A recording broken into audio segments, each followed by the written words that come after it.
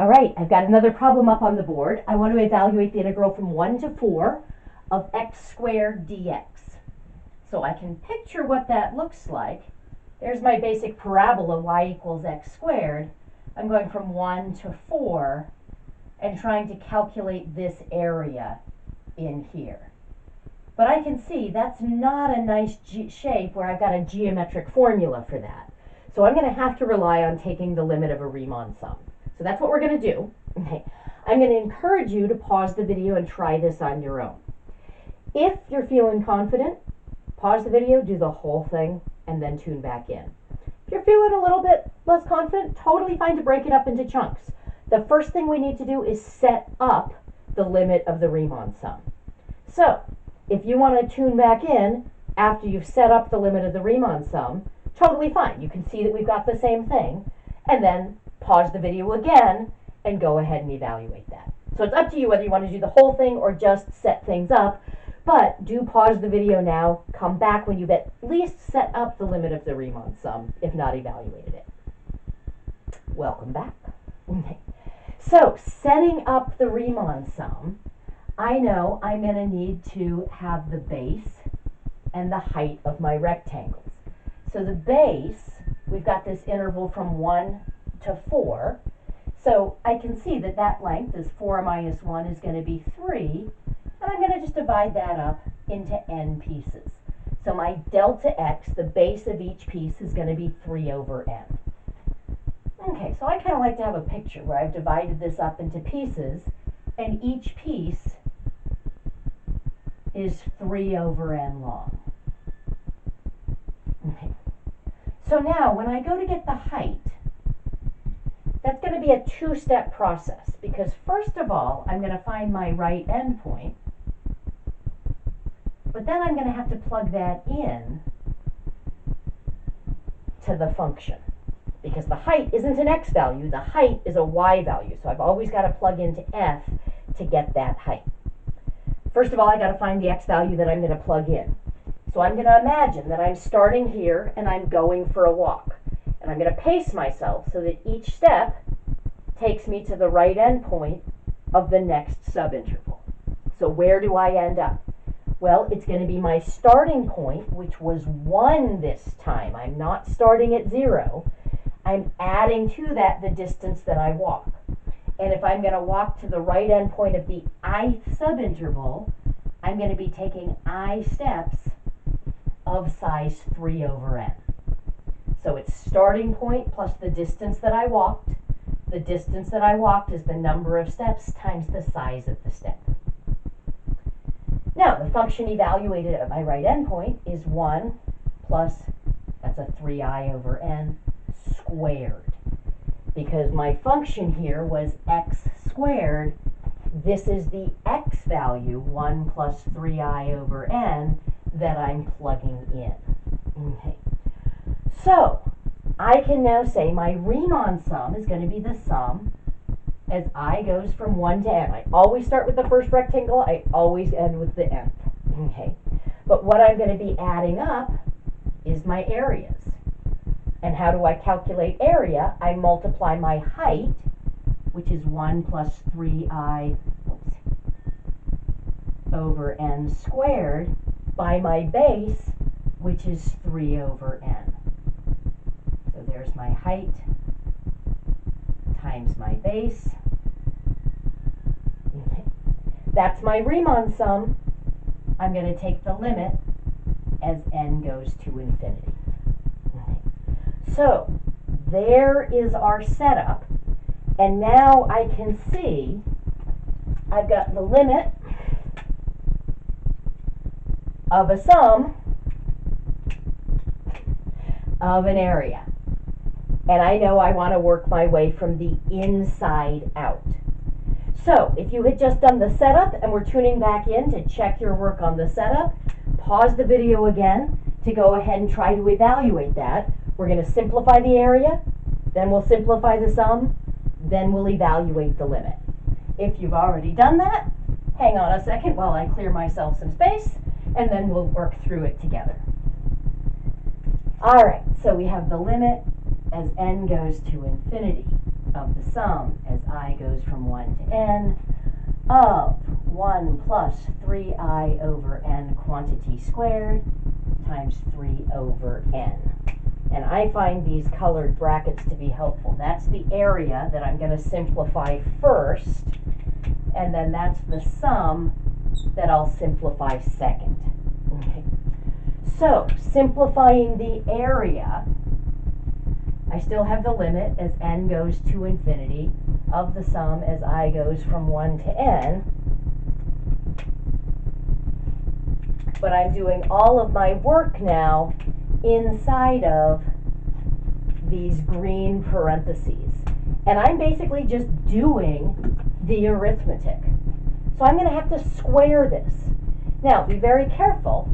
That's 1 plus 3i over n times 1 plus 3i over n times 3 over n.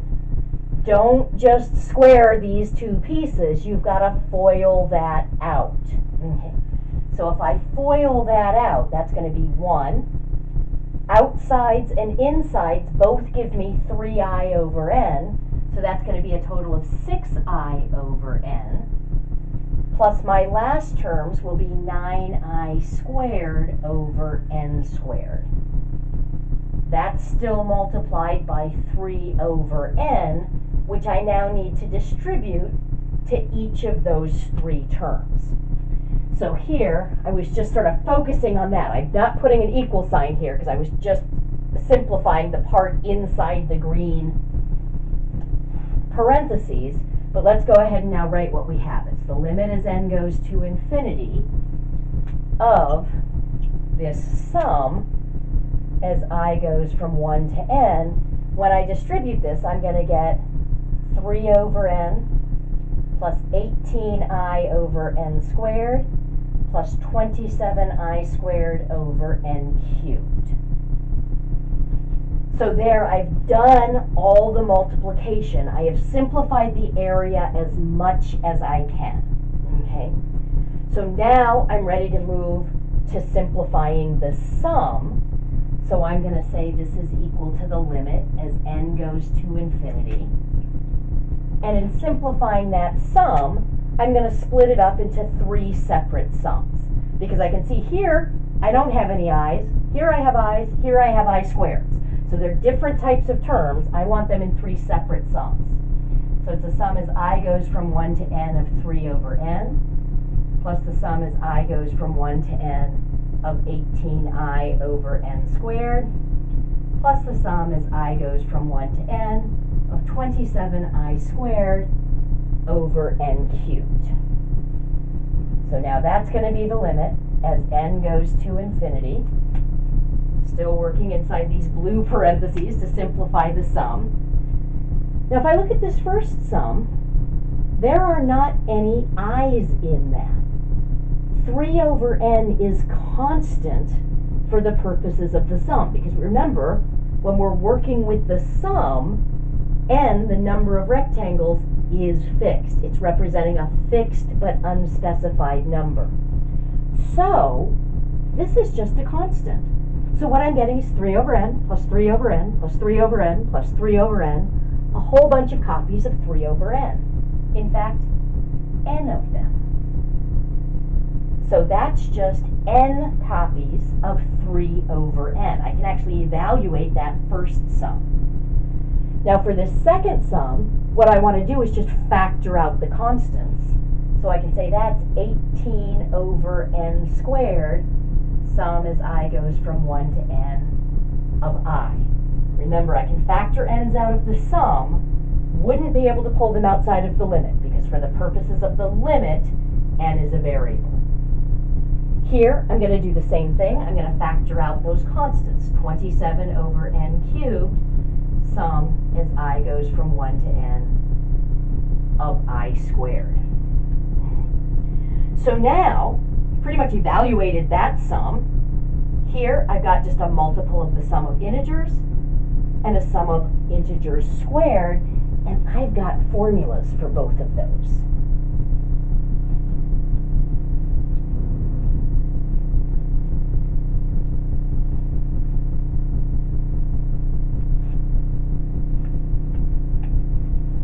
So, bumping to the top of the board, I've got the limit as n goes to infinity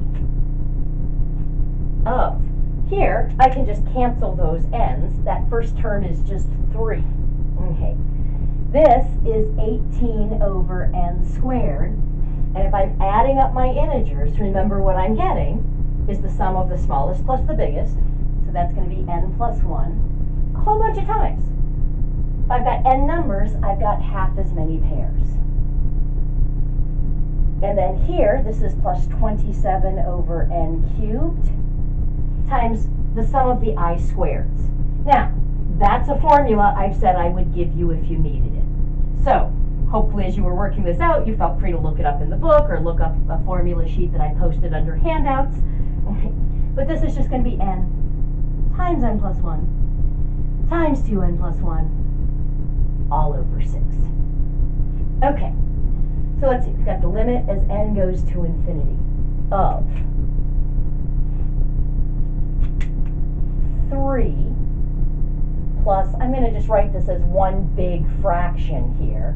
On the bottom, I've got 2n squared. On the top, I can distribute the 18 and the n. So I'll have 18n squared plus 18n. Plus, now on the bottom here, I have 6n cubed. On the top, I'm going to show you a clever, strategic, lazy trick. If I look, I've got 27. My lead term here is n, and 2n. So if I just multiply out the lead part of each one of those factors, I'm going to get 54n cubed plus what I'm going to write as LOT. LOT, I'm going to just write that over here, means lower order terms. This is a term of degree 3. That's the biggest I'm going to get because I only have 3 n's. I've got 4 different factors, 2n plus 1, n plus 1, n, and 27, which was a constant factor. If I multiply out the lead terms, I'm going to get the lead term of this polynomial. I don't actually care what the other terms are because I'm about to take the limit as n goes to infinity, so I'm going to look at the fraction of the lead terms. I'm going to ignore all of these terms. So, if you want to do that, you have my permission to do that. You may just calculate the lead term and then write plus lower order terms. That is perfectly acceptable. Okay, so now we've evaluated the sum. Now I'm ready to take the limit. And I'm going to use the fact that the limit distributes over these 3 pieces. So the limit of 3 is just 3. But then I'm going to have plus the limit as n goes to infinity. And here I can take a look at the fraction of those lead terms, 18n squared over 2n squared. Plus the limit as n goes to infinity. Of here I can take a look at the fraction of those lead terms, 54n cubed over 6n cubed. My n squareds cancel, so this is 3 plus 9. Plus my n cubes cancel. 54 divided by 6 is also 9. We get 21. If, when you go to evaluate your limit, you have more n's on top than you do on bottom, so that your limit is going off to infinity, you have made a mistake. Go back and try to check. Okay? It should always be that you're going to get a finite number. Now, it's possible to have some pieces where you've got more n's on the bottom. I could have split this up into 18n squared over 2n squared plus 18n over 2n squared. That second piece would just go to 0 because it would have more n's on the bottom. So that's okay. Depending on how you split things up, you might have some pieces that go to 0. You should not have any pieces that are going to infinity. So if you do, go back and check your setup. You've probably made a mistake at some point there. All right, good stuff.